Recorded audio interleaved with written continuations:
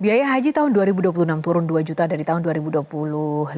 Jumlah yang harus dibayarkan jemaah haji menjadi sebesar 54,1 juta rupiah. Di satu sisi, ada masa tunggu bagi jemaah haji yang kini disamakan menjadi 26 tahun di seluruh wilayah Indonesia.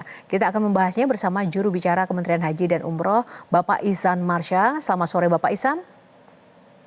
Selamat sore Mbak Yohana dan pemirsa Metro TV dimanapun berada. Baik, terima kasih Pak bersama kami. Turunnya biaya perjalanan jemaah haji tahun 2026 ini tentu menjadi kabar baik ya Pak bagi jemaah. Namun apakah penurunan ini dipastikan tidak akan berpengaruh dalam layanan terbaik bagi para jemaah haji khususnya nanti saat di Armusna sana Pak? Baik Mbak Yohana dan pemirsa, prinsip awal dari apa yang disampaikan dan diamanahkan oleh Presiden Republik Indonesia berkaitan dengan menekan biaya haji adalah memberikan kemudahan dan keringanan bagi jamaah kita yang akan melaksanakan ibadahnya di Tanah Suci. Karena melihat haji adalah ibadah paripurna bagi umat Islam, tentu perlu kehadiran pemerintah dalam memberikan berbagai kemudahan dan juga berkaitan dengan peningkatan layanan. Disinilah bagaimana ikhtiar-ikhtiar menekan biaya haji diperjuangkan bersama dengan komitmen pemerintah dan juga DPR. Alhasil kita simak bersama biaya haji berhasil diturunkan dengan berbagai ikhtiar-ikhtiar yang dihadirkan dalam konteks menghadirkan pembiayaan yang lebih murah, penurunan biaya yang menguntungkan tentu bagi jamaah kita. Di satu sisi, hal yang ditekankan tentu tanpa mengurangi aspek ataupun kualitas pelayanan. Inilah komitmen yang terus kita sampaikan dan juga kita akan hadirkan. Dan ini yang terus kita perjuangkan dalam konteks menghadirkan penyelenggaraan yang berkualitas dan juga tadi dengan penurunan biaya bagi para jamaah kita, Mbak Yana. Ya, Pak, tapi komponen apa saja yang mengalami penyesuaian dalam penurunan biaya haji 2026 yang sebesar 2 juta tersebut, Pak? Baik, terkait dengan komponen apa saja berkaitan dengan penurunan biaya haji tahun 1447 Hijriah, ini juga tadi kami sampaikan berkaitan dengan efisiensi menyeluruh pada berbagai komponen pembiayaan, terutama berkaitan dengan hasil negosiasi ulang antara Kementerian Haji dan Umrah Republik Indonesia dengan penyedia layanan di Arab Saudi, Mbak Yohana. Berbicara tentang penataan kembali sistem penyediaan layanan dan tanpa mengurangi tanpa prinsip-prinsip tadi mengurangi kualitas pelayanan. Misalnya kita melihat komponen berkaitan dengan biaya penerbangan, akomodasi nanti di Mekah, konsumsi selama di Arab Saudi, juga berkaitan dengan komponen transportasi darat, serta juga berkaitan dengan komponen dalam konteks biaya manasik haji. Jadi ada beberapa komponen-komponen yang kita coba meramu berkaitan dengan menghasilkan efisiensi dalam konteks komponen pembiayaan ini, Mbak Yana. Nah selanjutnya Pak Ihsan, puncak haji di Arafah, Musdalifah dan juga Mina yang biasanya kerap ditemukan sejumlah catatan dalam penyelenggaraan ibadah haji setiap tahunnya. Apa yang menjadi concern maupun antisipasi dari pihak dari Kemenhaj agar layanan jemaah dapat maksimal nantinya sejalan dengan penurunan biaya haji itu sendiri? Betul Mbak Yohana, karena memang tadi kembali pada prinsip kita bagaimana penurunan kualitas tidak terjadi dalam konteks penurunan biaya.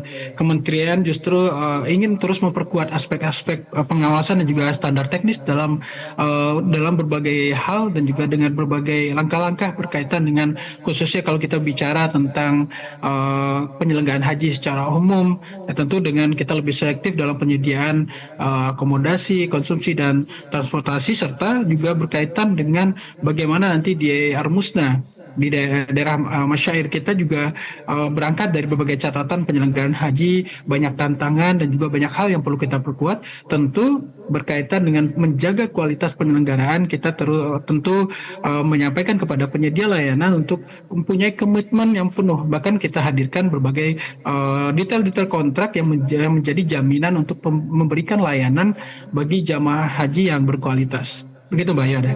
Jadi lebih kepada detail kontrak itu menjadi concern utama kah Pak? Betul, karena memang di sini menjadi pedoman bagi teman-teman di syarikah, misalnya sebagai penyedia layanan umum nanti di Masyair, karena di sana juga dihadirkan bagaimana nanti penyelenggaraan nanti khususnya di Arafah dan Musdalifah dan Mina, komitmen-komitmen yang telah disepakati untuk penyelenggaraan yang berkualitas, untuk fasilitas yang berkualitas, itu dijamin. Bahkan ada di dalam klausul nanti kita juga siapkan sanksi tegas apabila tidak sesuai dengan komitmen dalam menjamin kualitas yang lebih baik untuk penyelenggaraan nantinya, Mbak Yana. Termasuk untuk petugas-petugas haji itu sendiri juga apakah juga akan ada evaluasi-evaluasi tertentu juga Pak untuk memaksimalkan kelancaran di 2026 Betul, mendatang? Mbak Yana. Dalam konteks petugas ini menjadi salah satu kunci ya dalam rangka penyelenggaraan haji yang lebih baik, termasuk bagaimana kita mengawal seluruh proses penyelenggaraan haji bersama petugas haji, kalau kita menyebutnya PPIH, itu dengan pedoman-pedoman yang lebih matang dan juga persiapan-persiapan yang lebih Ya. matang.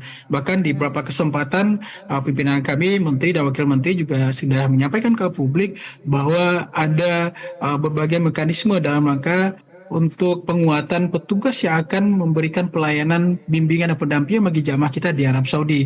Dan ini juga akan berbanding lurus dengan kualitas penyelenggaraan. Bahkan kami menyebut beberapa waktu lalu para petugas akan dibarakan.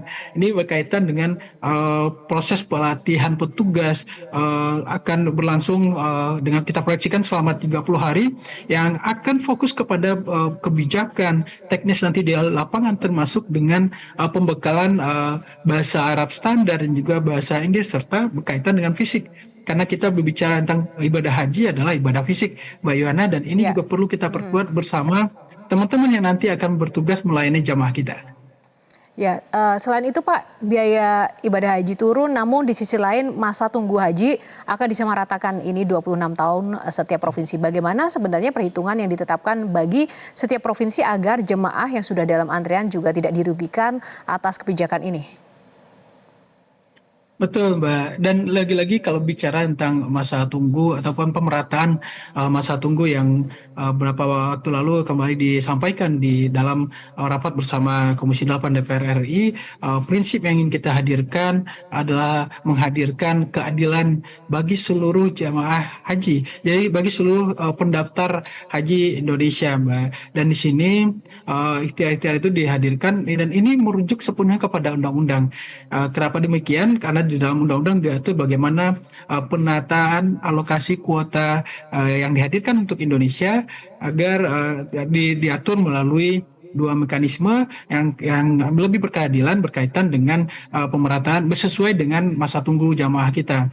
Dan disinilah kebijakan ini dihadirkan berangkat dari prinsip-prinsip keadilan yang jadi kalau kita lihat saat ini masa tunggu di berbagai daerah, bahkan kalau kita merujuk beberapa waktu lalu pernyataan dari Pak Wamen itu sekitar 47 tahun. Bahkan terakhir Mbak Yohana di daerah Bantaeng yang kerap menjadi tolak ukur karena pendaftarnya banyak namun kuota sedikit itu bahkan sampai 51 tahun. Di sinilah kita ingin menghadirkan rasa keadilan bagi para calon jamaah haji untuk memiliki kesempatan yang sama, waktu yang sama untuk melaksanakan ibadah haji di Tanah Suci melalui kebijakan pemerataan berdasarkan waktu tunggu untuk melaksanakan ibadah haji yang tentunya sejalan dengan undang-undang, Mbak Yohana.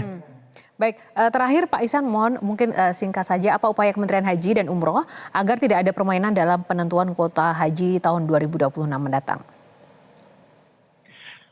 Berkaitan dengan penentuan kuota, sepenuhnya dengan adanya mekanisme pemerataan ini, tentu ini menjadi salah satu pengunci. Tadi seperti disampaikan oleh Pak Wakil Menteri juga, masyarakat bisa mengakses kapan keberangkatan dan juga kapan dia bisa mempersiapkan untuk keberangkatan melalui rumusan pengaturan kuota untuk jamaah haji Indonesia, termasuk apabila nanti ada kuota tambahan, ada mekanisme yang perlu kita melalui kesepakatan bersama DPR RI dan dengan presentasi yang sama, 92% untuk haji reguler dan 8% untuk haji khusus. Dan inilah ikhtiar-ikhtiar yang terus ingin kita hadirkan, menghadirkan wajah penyelenggaraan haji yang transparan dan berintegritas dan publik pun bisa mengikuti seluruh prosesnya, Mbak Yohana. Baik, terima kasih Bapak Ihsan Marsha, juru bicara Kementerian Haji dan Umroh sudah berkenan untuk memberikan ulasan bersama Metro hari ini kali ini. Salam sehat selalu Pak, selamat sore.